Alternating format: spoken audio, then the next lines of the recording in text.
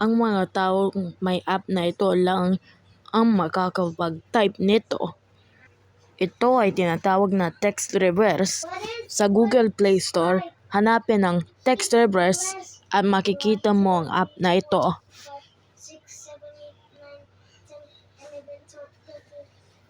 Kung nasa iyong device na ito, i-click ang open.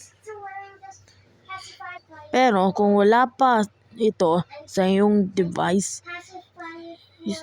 i-click ang install at hintay mag-download ito.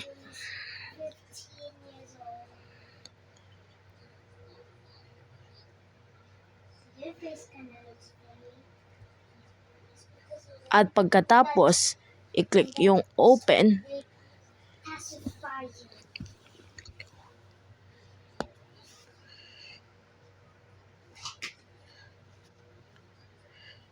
Oh, do you want to watch? Tapos, i-type ang hello. Tapos, pindutin ang mirror text. At yan ang resulta.